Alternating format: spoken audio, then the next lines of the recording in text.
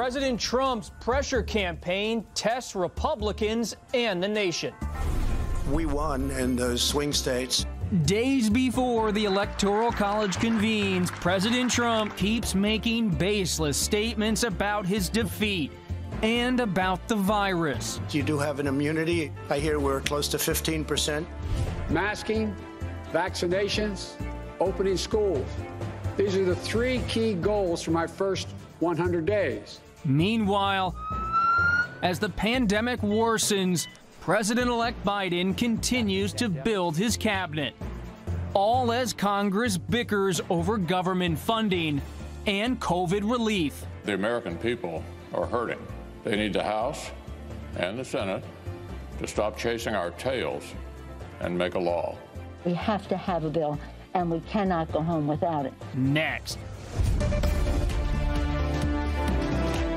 This is Washington Week. Once again from Washington, moderator Robert Costa.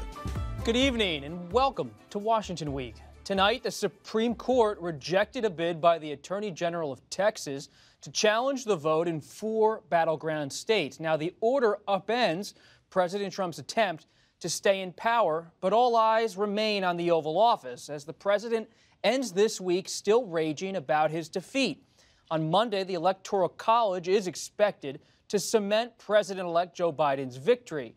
And this week, Mr. Biden carried on with cabinet picks, and Congress continues to squabble over whether to pass a stimulus bill this month, all as the pandemic worsens and states gird for a bleak holiday season.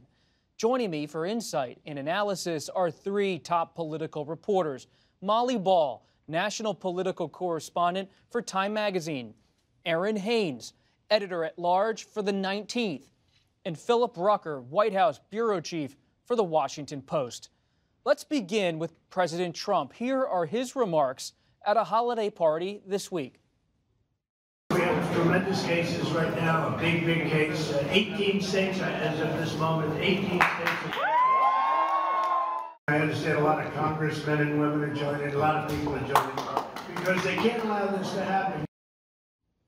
Phil, you heard about the news tonight at the Supreme Court. You see that video, you're talking to your sources. What's actually going on inside the West Wing? Well, Bob, the president cannot possibly be anything but furious with the Supreme Court's decision tonight, and for a few reasons. Over the last several days, including today, the president had called on those 9 Supreme Court justices to act with what he called courage and wisdom to overturn the results of the election. He is claiming that the election was rigged and that there was widespread fraud. Of course, there is no evidence of that, and his legal team has not been able to furnish any evidence of that in court. That's why so many of their legal challenges have been dismissed in courtrooms across the country. But he had all of his eggs in that Supreme Court case that was brought by the Texas Attorney General. It was backed by hundreds of Republican members of Congress, including the House Minority Leader Kevin McCarthy, and it was dismissed by the court, despite the fact that Trump thought he had an advantage, given that 3 of the 9 justices are people that he had hand-selected for that court. But it's over now. The Electoral College will be voting and certifying the final national result on Monday, and that'll make official what we've all known for some time, which is that Joe Biden is the president-elect. Those are excellent points, Phil. And to build off those, Molly, you see the judiciary across the board not acting as pawns of President Trump, but expressing their independence, taking independent steps, whether they're liberal justices or conservative justices. In light of that reality, what's next for President Trump here? That is really the question, because the president and his supporters in the Republican Party have been quite creative to date, and willing to do the president's bidding and to find increasingly far-fetched ways, far-fetched rationales, extra legal ways to try to overturn, as Phil said, what we know to be the election result, and which we have no evidence there's any way to change it under the ways that we have always conducted elections. There is that Electoral College vote on Monday. Could there be hijinks there? Could something go wrong there? Could the president try to pressure electors in some other way? And then there is the congressional certification. Republicans in several swing states have urged members of Congress to interfere with that process when the Congress meets on January 6th to collect the electoral votes and make it official for the last time. So there are still pressure points in this process that no president has tried to interfere with in the past in order to overturn a democratic, free, and fair election. But they do still exist, and we have seen that this president will stop at nothing to attempt to overturn his loss in the election. Errin, we just heard from Molly about pressure points, hijinks that could be on the horizon when the Electoral College meets. But regardless of what happens in the coming days, does the Biden camp believe that the president-elect will have a little bit more room with Republicans once the Electoral College formally moves ahead and casts its ballots? Will that marker be enough to nudge people along in accepting the president-elect? Well, I think that is an open question, although, the transfer of power is continuing, peaceful or not, whether the president wants it to or not, and whether those who are kind of continuing to support this want it to or not. Listen, a week ago today, we at the 19th spoke with Kellyanne Conway, President Trump's one of his longest and most loyal advisors. And what she told us is that she acknowledges that it appears that Joe Biden and Kamala Harris are headed to the White House, and that while the president has the right to his legal challenges, it appears that the Electoral College is poised to certify the results of this election, and that they will be, the incoming administration, which she also said that she is willing to work with. Now, she is a person that is still in regular contact with this president, and so I don't know if that is something that she is going to remind him of on the other side of Monday, when the Electoral College, is probably going to be doing just that. And so, there are levers of our institutions that we are seeing are working despite the president's best efforts to try to, get them to give him an outcome contrary to the outcome that we've had for really more than a month now. Phil, that's an interesting point by Conway. She uses sort of soft language. It appears it's maybe President-elect Biden. Let's listen, though, to some tougher language, some harder language from Georgia's Lieutenant Governor Jeff Duncan, who called out House Republicans this week in an interview with the PBS NewsHour. It's not American. It's not democracy. This is not our finest moment. And my hope is that we quickly move past this. Phil, what are you picking up about Republicans? On one side, you have Conway and others slowly moving there. And then you have the Lieutenant Governor of Georgia saying this is an abysmal development for the GOP. Where do they go in the coming days? Well, Bob, I think most Republican elected officials, office holders, they agree with what the lieutenant governor just said. They're just afraid to say it out loud. Look, they understand how elections work. They understand that there are winners and losers when the people's votes are counted. And they understand that Joe Biden won 306 Electoral College votes and leads the popular vote by 7 million votes. This wasn't that close of an election. They get it. They're just not able to say so publicly for their own political calculations because they so fear what President Trump could do to them. He remains incredibly popular with the Republican base. We've seen him torment the Republican governor of Georgia, Brian Kemp, for weeks now, the Republican Secretary of State of Georgia, Brad Raffensperger, and he can set off that fury against any Republican elected official in any state in this country when he chooses to, and that Republican suddenly could face a primary challenge back home in their next election. And so they're cognizant of what they need to do to hold on to their own power within their Republican Party. And as long as Trump is the leader of that party, they're going to go along with him. And it's why you saw so many Republican members of Congress sign on to that brief this week to support that Texas case in the Supreme Court. Molly, I've been picking up a similar vein in my reporting this week that Republicans, they know the conventional wisdom in Washington is, oh, President Trump's about to go away. Why don't you just break ranks? But they keep telling me, hey, he's not going away. As Phil said, he's going to be here in 2022. He may run again in 2024. So they're just trying to survive, trying to move forward. Kabuki theater, maybe a little bit, political branding protection in another way. But Molly, I was struck by a line you wrote this week. You said this is not a slow motion coup.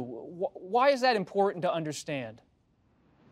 I wrote that a couple weeks ago, that based on, what experts were telling me about the plausibility of the attempt to overturn the election, that it just didn't seem like there was any merit to it that could go anywhere within the normal process, the normal system, the legal avenues that are available. And we've seen that very clearly with the court results in all of these courts all over the country. And then in the Supreme Court just tonight, which in its very brief refusal to hear the case, gently sort of said that Texas had not presented a legally cognizable justification to interfere in another state's process, which is, of course, Supreme Court speak for there's no there there. There's no legal basis for what you're trying to do here. One state telling another state how to run its elections. So at the same time, there is a real danger for democracy in normalizing these kinds of baseless challenges and making it a thing that people do after they lose elections, not to accept them. That, of course, is the bedrock of our democratic system, is that the winners and losers alike agree to the rules in advance and then abide by them. And so the question, I think, going forward is going to be, what role does President Trump want to continue to play in the Republican Party? Because this is the exact same vice grip he has had them in since 2015, when he threatened on a Republican debate stage to leave the party and run as an independent. And we've seen in polls that to this day, the vast majority of Republicans and Trump voters and Trump supporters say that they would prefer to vote for a Trump party than a Republican party if they had to make that choice. So, Republicans are going to have to deal with this for as long as Trump wants to make them. Trump party reminds me of Teddy Roosevelt and the Bull Moose. Errin, you just heard from Molly. I mean, I'm struck by her point. Yes, it's not a slow motion coup, but it is a very serious moment for democracy. Earlier Friday, Senator Chris Murphy of Connecticut gave a passionate speech saying we just can't ignore, he said, speaking for Democrats, how serious this is for American democracy. What are you hearing from other Democrats about this reckoning for the country beyond just the exercise on branding and political protection for President Trump on the Republican side? Well, Bob, I am from Georgia, and, hearing from Georgia Republicans in this moment is really not surprising, because the stakes are higher for them in this moment. They're dealing with this Senate runoff in which they need Republicans to believe that turning out to vote is actually going to make a difference, and then participating in a rigged election is really not a message that necessarily energizes or galvanizes voters. Now, the president, when he was down in Georgia last weekend, basically gave a message to Republicans saying, well, they stole the election from me, but don't let them steal it from David Perdue and Kelly Loeffler. I don't know how effective a message that is going to be, but I mean, this is a state where issues of voter suppression have been at play for years, and the Republican Party has been accused of largely doing that voter suppression. And so the thought that is now potentially impacting their voters, the idea that if the system is not working, why participate in it, whether that could have an effect on depressing those voters is remarkable to consider indeed. But listen, it's exactly what Molly was saying. We know the outcome of this election. What is less clear is what this entire fiasco in the wake of the election, what effect is that going to have really on our democracy and in our electorate's confidence in just the idea of one person, one vote going forward? Phil, can you just take a quick bite at this apple? I remember the subtitle of your book with Carol Leonnig, A Very Stable Genius. It's about the testing of America. Well, that's exactly what this is, Bob. It's a testing of our country's foundational principles, of our country's democracy.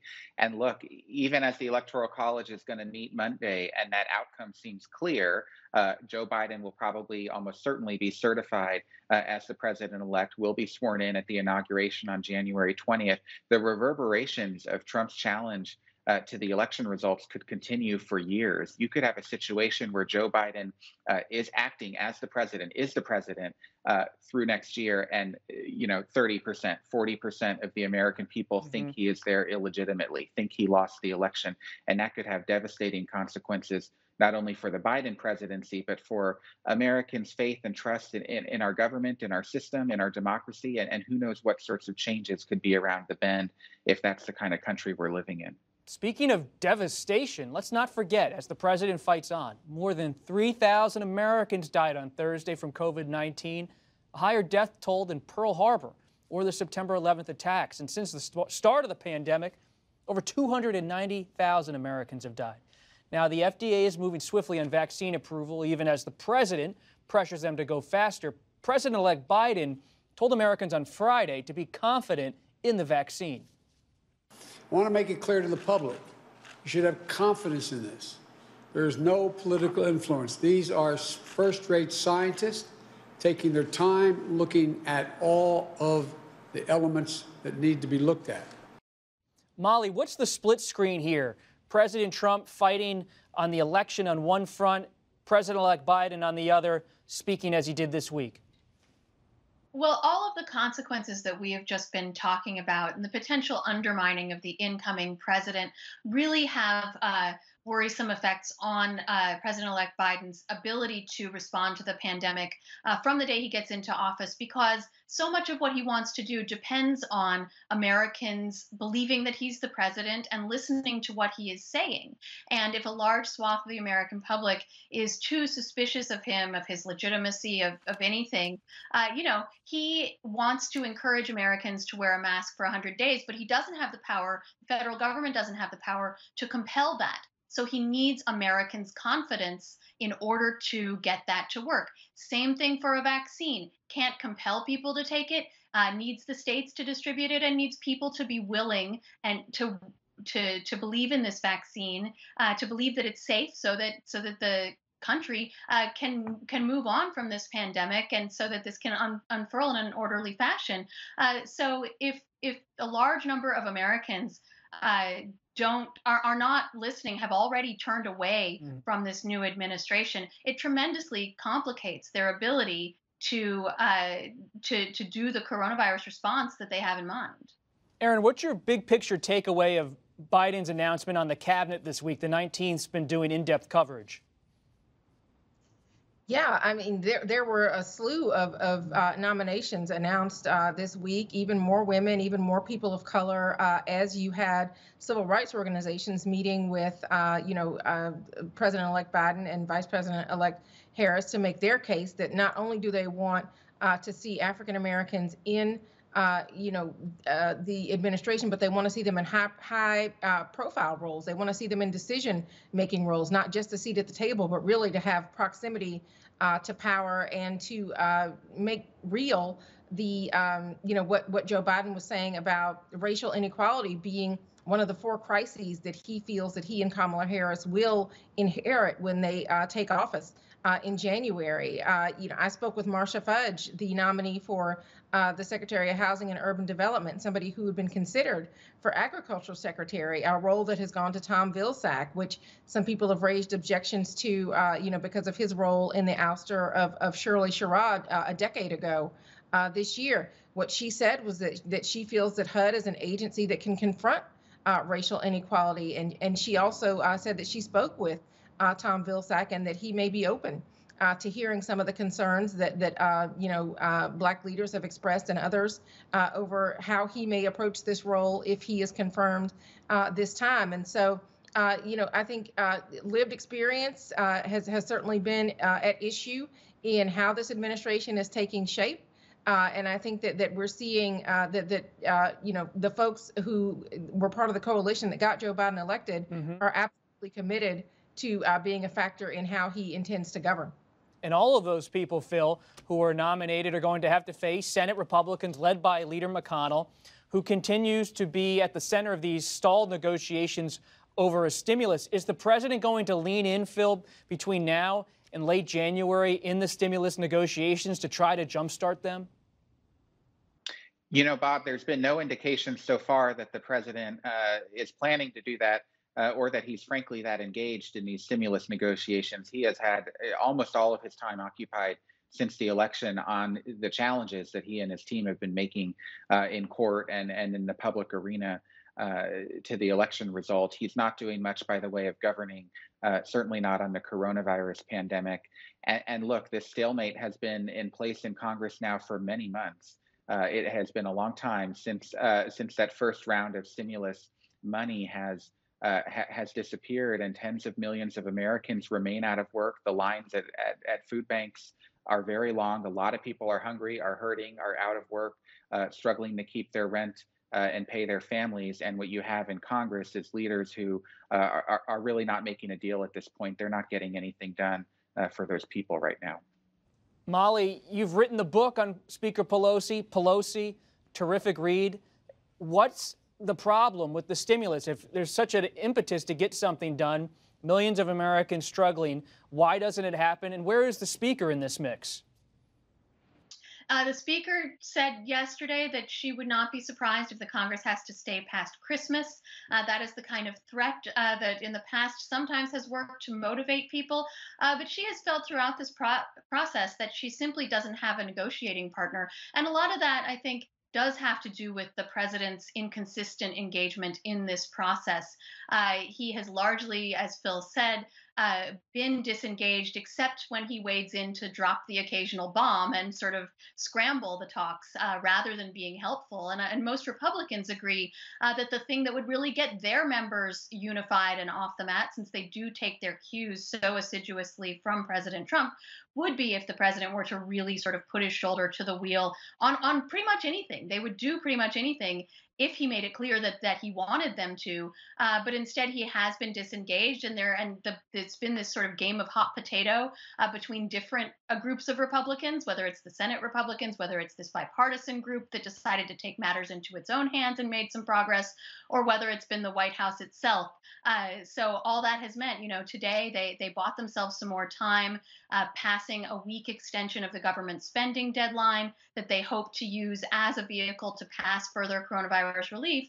But as Phil alluded to, it's already too late for a lot of people and a lot of businesses. Errin, what's the real world cost for not getting the stimulus done? The real world pain that so many Americans are going through, whether they ever get the coronavirus or not. Look, we're certainly in a hopeful moment given the approval of the vaccine, and Joe Biden is I guess doing everything that he can do from outside of the White House over the next 40 days. But there is no vaccine for housing evictions. There is no vaccine for food insecurity. There is no vaccine, for losing your paycheck. And so that is where voters are really looking for Congress to do something. And that inaction is impacting their lives on a daily and sometimes hourly basis. And the most interesting thing I heard this week was Senator Josh Hawley, a conservative from Missouri, was working with Senator Bernie Sanders, Democratic Socialist from Vermont, on trying to include direct payments to Americans in this stimulus package. It's reflective of the rising populism on the right and on the left. President-elect Biden will have to be dealing with all of that. But we're going to have to put our notebooks down right there, leave it there tonight. Another big week comes to a close. Many thanks to our reporters for being here. Molly Ball, Errin Haines, and Phil Rucker, thank you so much. And thank you all for joining us. It means a lot. We will keep taking you as close to the news as we can. And our conversation will continue on the Washington Week Extra, which you can find on our social media and our website. We'll talk about Pelosi, the book from Molly Ball, Phil Rucker's book, A Very Stable Genius. We'll talk about what's going on at the 19th and at the Washington Post. All of our reporting coming up on the Extra. But for now, I'm Robert Costa. Good night from Washington.